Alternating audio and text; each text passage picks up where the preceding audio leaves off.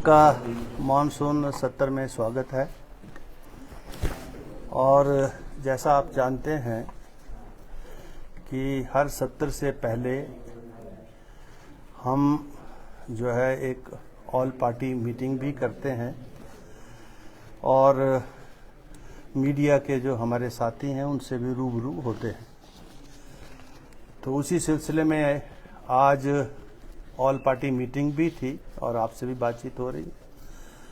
तो इससे पहले कि जो प्रश्न आपने पूछा उसका उत्तर मैं दूं, पहले तो आपको ये जानकारी है कि मॉनसून सत्र हिमाचल प्रदेश विधानसभा का होने जा रहा है और ये ऐतिहासिक है।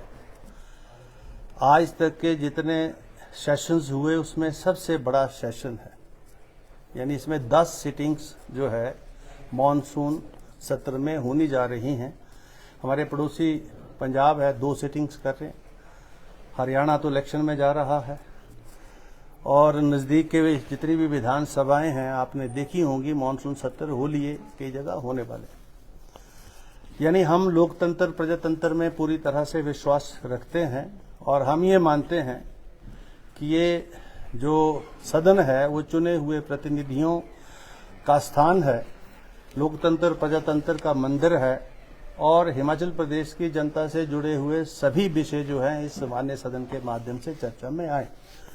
और इसीलिए जो है ये जो सिटिंग है 10 सिटिंग्स जिस पर सरकार ने भी सहमति प्रकट की, हमने कैलेंडर बना के दिया और सरकार ने 10 सिटिंग करने का निर्णय लिया। मैं आभार व्यक्त करना चाहूँगा सदन के नेता का। अभी आपको कुछ प्रेस के मीडिया को तो जानकारी है, मैंने पढ़ा आज कि आपने यहाँ से इंफॉर्मेशन विधानसभा सचिवालय से कलेक्ट की है।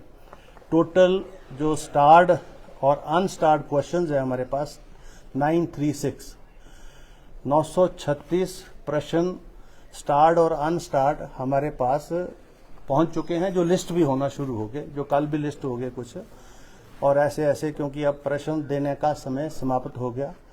अब सिर्फ चर्चाएं आ सकती हैं कुछ नियमों के तहत, 62 के तहत आ सकती है, 63 के तहत आ सकती है, 130 के तहत आ सकती है और भी अन्य नियम हैं जिनके तहत चर्चाएं आ सकती हैं। तो अभी जो कल का बिजनेस है वो तो हमने डाल दिया है और उसकी जानकारी आपको होगी।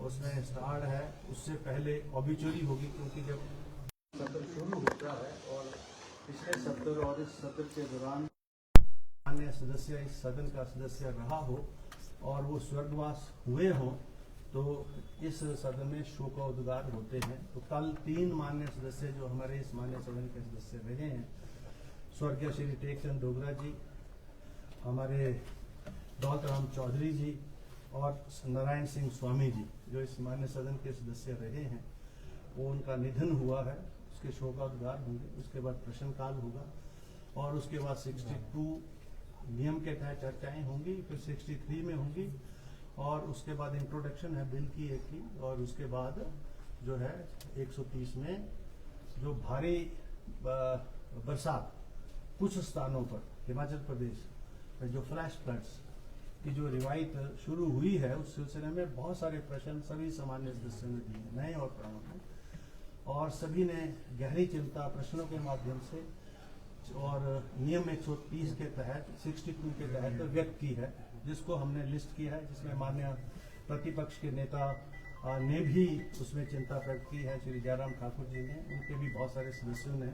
तो टैग हो गई है वो, जिसमें जयराम जी ही इनिशिएट करेंगे उस चर्चा को और उसमें 5-6 जो जिन्होंने चर्चाएं दी थी उनको हमने टैग कर दिया था।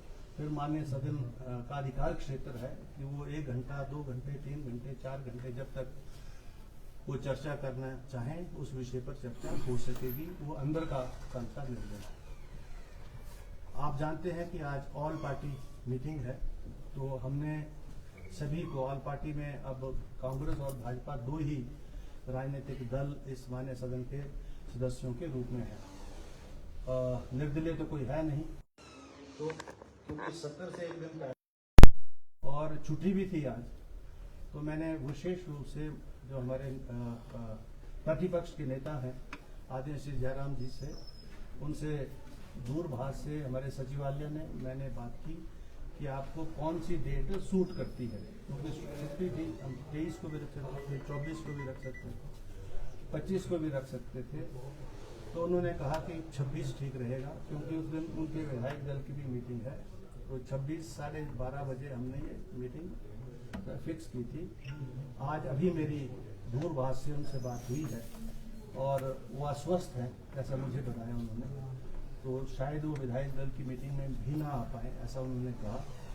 और अन्य जो सदस्य भारतीय जनता पार्टी के 2 जो ऑल पार्टी मीटिंग में आते हैं चीफ व्हिप के रूप में, और सुखराम चौधरी जी और दूसरे हमारे विनोद कुमार जी के चाचा श्री की डेथ हुई है, वो उसमें है, और सुखराम चौधरी जी हरियाणा है। तो वो इन परिस्थितियों की वजह से आज की इस मीटिंग में नहीं आ पाए हैं, लेकिन उन्होंने कहा है कि कल हम आपसे मिलेंगे सुबह। और जो है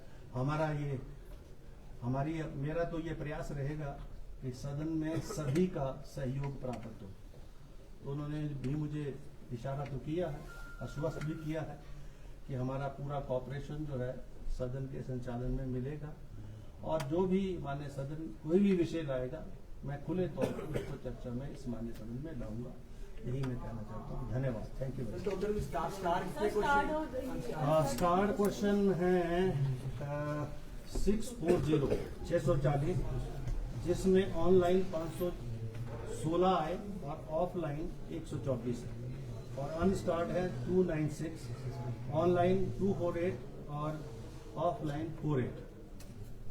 और 62 के तहत 7 विषय आए हैं, 63 के तहत 1 है, 101 नियम के तहत 10 है, नियम 130 के तहत 20 है, नियम 324 के तहत 4 विषय अभी तक हमारे पास प्राप्त हुए। सर जो लोग सस्पेंड किए थे बाद में, इसके ऊपर कोई फैसला होगा?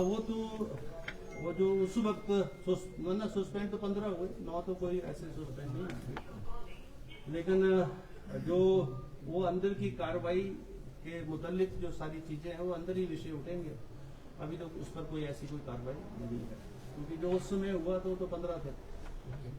9 जो है जिसका आप जिक्र कर रहे हैं वो तो एक अलग नोटिस है कि जब हाउस एडजॉर्न हो गया, और एडजॉर्न होने के बाद जो है स्पीकर की कुर्सी पर कागज फाड़ना और जो हमने अंदर व्यवस्था दी उसको ना मानना, वो उसके